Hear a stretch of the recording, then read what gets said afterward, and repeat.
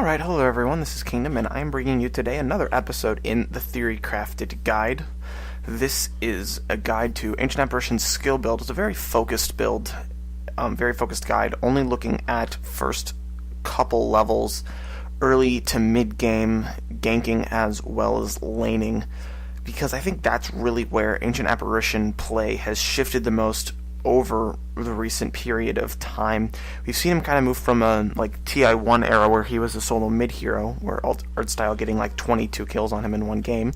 It's a pretty awesome game, by the way. MYM versus Navi. If you haven't watched that Warcraft 3 replay, you probably should. This is now he's become sort of a tri-lane support or dual mid support, so a bit of a role switch up for him, and this means that there's a new playstyle required for him, and I don't know if the old Cold Feet Vortex build still works. And moreover, Chilling Touch, which was largely ignored, now I think deserves a bit of attention because it's a very, very strong skill. So we're going to go ahead and talk about skills first. Let's go ahead and begin by looking at ability scaling first. As you can see, I've got all three skills here, and this is... You can see that at level 1, Vortex is actually the strongest skill. It's got the most effectiveness as a percentage of its total effectiveness at level 4. It's pretty strong at level 1. It's still got it slow. It still gives that vision, which is very important. And it still gives some magic increase in damage. Then also you see that Chilling Touch is a little better at level 1 than Cold Feet. Cold Feet is actually this ability with the steepest scaling. All of them are linear scaling. There's no interesting jumps or anything. So as you can see, strongest level 1 skills are actually Vortex and Chilling Touch, and then Cold Feet gains the most by leveling it up. So with that in mind, it still seems best to max Cold Feet first, but at the same time, 1 point into Vortex is enough. You're already at almost 70% effectiveness with 1 point of Vortex, and moreover, Chilling Touch is also a pretty good level 1 and 2 skill as well. At level 2, you can see it's already at 70%. Okay, in that case, let's go ahead and move on to look at... This is a little graph I made of damage. This is just to show you exactly how badass of a skill Chilling Touch is. So as you can see, this is the Cold Feet damage graph. It's very simple. You start out 150, 200, 250, 300. It's very simple, low damage. Then you look at Chilling Touch damage. And so Chilling Touch applied to 2 men, like in a gank where you're moving in from the side with 2 people aiding a gank on the mid lane, say. You're smoked up.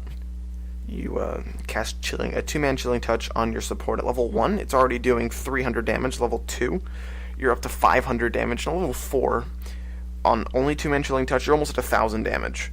That's pretty insane. And then you start, when you think about that, level 4 Chilling Touch, you can get that level 8 if you're level 9 if you take a point into you can get level okay, don't know what level. You can get it pretty early. That 1,000 damage on only 2 heroes is 1,000 damage when Chilling Touch is only cast on 2 heroes is pretty insane. Then you start talking about, okay, what if I get Chilling Touch on my whole team? Well, here's a 4-man Chilling Touch, still being realistic, maybe you might miss 1, right? That's 2,000 damage at level 4. That's a fuck ton of damage. This damage, of course, applies to everyone. It applies to Roche, it applies to all creeps, hero units, neutral creeps, anything except towers, and I think siege units, because it's magical damage. It also counts as an extra instance of damage, so it will take out 2 charges of refraction or Trait Protector's living armor.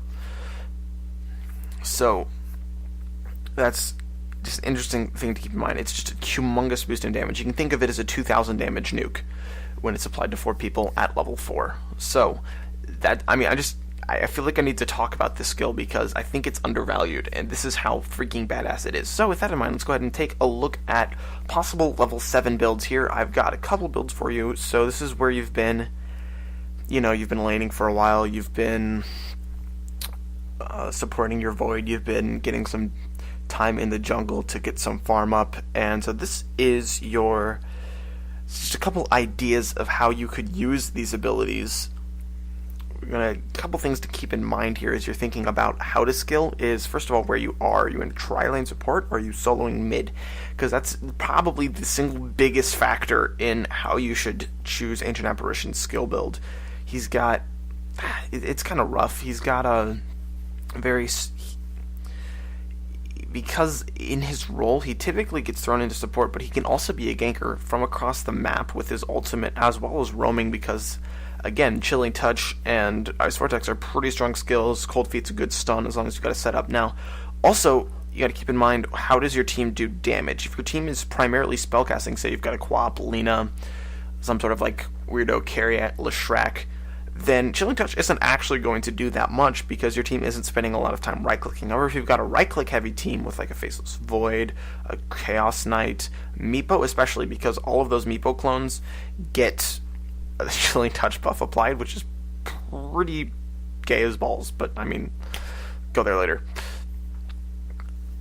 With that kind of right-click heavy team, Chilling Touch is more effective because you'll actually be spending time right-clicking and you'll be able to take advantage of a lot of that extra damage. Similarly, do you have setup stunts? Because Cold Feet is difficult to get the stun to proc unless you have a stun to set it up. So if you've got a Chaos Knight, yeah, sure, that Cold Feet is going to proc every single time because he's going to throw his stun first. However, if you're landing with the Void, it's going to be more difficult because you only have slows. So with those things in mind, that kind of influences how you build. Let's go take a look at these builds. As you can see, I've got percentage effectiveness as well as the percentage effectiveness of each skill, in addition to the purple bar is damage, so that's a percentage of total damage at max level of all skills. All these numbers, by the way, are assuming a 2-man Chilling Touch. That doesn't actually affect any of the percentage effectiveness of the skills of Chilling Touch. A 4-man it scales equally across. So a 4-man Chilling Touch at level 4 is as much better than 3-man than a level 2 Chilling Touch 4-man, 3-man, if that made sense. At any rate, so moving on. So we see a couple builds here. 4 Feet, 2 Vortex, 1 Ult at level 7. It's a pretty standard build, was used a lot in the solo mid, because when AA was played solo mid, it does... I mean, you got your Cold Feet maxed, so it's doing 300 damage as well as a full 3-second stun, provided it procs, and you've got 2 points into Vortex for that 20% magic damage amplification for your ultimate as well. And so that means that, however, as you can see, as a percentage of his total damage, it's actually fairly low, and this is because, as you can see looking at these other builds with a point into touch or 4 points into touch, the vast majority of Ancient Apparition's damage potential comes from Chilling Touch.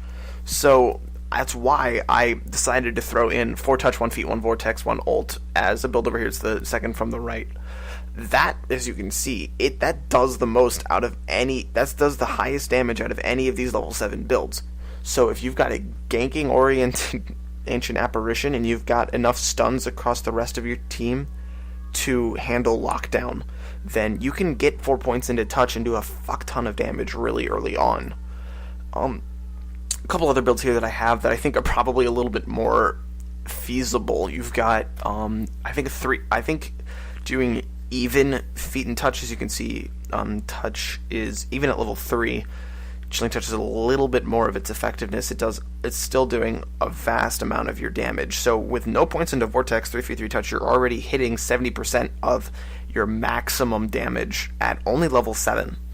So that combo gets very effective once you start skilling touch, because that's where the majority of your damage comes from. Of course, you still get the utility of the ultimate with its secondary effect. And then the other build that I put in there is 4 feet, 1 vortex, 1 touch, 1 ult. That's probably the build that I use the most when I play Ancient Apparition. So I max out Cold Feet first for the stun duration, especially if I've got teammates who can help me make sure the stun gets off, opponent to Vortex for the vision, as well as the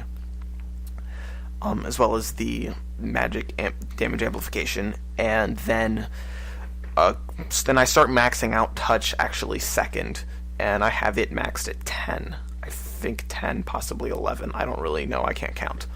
And obviously ult 6, 11, 16, I don't even include that for consideration. That's just a given. With that in mind, this is so one other thing to keep in mind, actually, that I thought of right now is mana, because mana is probably one of Ancient Apparition's biggest concerns in any position, solo mid or in your tri-lane, especially in your tri-lane, his skills are pretty mana intensive, especially since all of them, except for Chilling Touch, have a very low cooldown. You're going to want to be spamming them as much as possible, dropping Vortexes, for vision, for slow. You want to be dropping Cold Feet for the stun, and Chilling Touch for the extra damage, but you really only have mana for maybe 3 or 4 spells per engagement, so as a result, I find that the first build works really well because you only have 2 spells to cast mana for. So you're able to cast 2 Cold Feet at least, and a Vortex from full mana in a single engagement, whereas if you start casting Chilling Touch, it becomes a lot more difficult because that's a pretty mana-intensive spell. So I find that Chilling Touch actually cast well before the engagement starts, possibly even from fog, before you begin the gank, so that you have a little bit of a chance to... It's got a long 30-second duration, so that you can regen some mana before you actually start casting your other spells, is very useful, and that allows you to cast a little bit more. But you're still not going to be able to cast Cold Feet as many times. Now, I'm going to say this, that doesn't even matter, because you've just, with Cold Feet on, with Chilling Touch, you just do so much damage that you'll be able to bring people down without using that Cold Feet more than one time. Especially in a tri-lane, where you can reliably get a 3-man Chilling Touch for that extra... What was it? Let's take a look. For that extra... 1,000 damage at level 3, or 1,400 damage at level 4. It's insane. It's just an insane amount of damage. So actually, to demonstrate exactly how insane the damage is, I've got a short Warcraft 3 clip here to show you what ganks look like with and without Chilling Touch. Okay, this is just a gank to show you what Chilling Touch does. Here's the gank first without Chilling Touch. We're going to do our combo. Combo involves casting that spell. Freeze, and we continue just attacking. Bring him down. You notice I'm losing a lot of health on my Pugna. Not too cool. Yeah, cool. There we go, there's First Blood. No. Same level. Make another one. And let's do it again, but this time we're going to start by casting... This is level 3 Chilling Touch right here. Alright, now we're actually going to make the blast combo work. I'll look into it. Let's see. Tab out to this. And look at that Chilling Touch damage. See how much that is? Pugna would have died without that Chilling Touch damage. So, Pugna takes less damage, you do more damage. Oh, cool. Yeah, and don't laugh at my micro skills. It's just the way things are. Alright, that concludes the guide. Thank you for watching, guys. This has been another entry into the Ultimate Theorycrafted guide.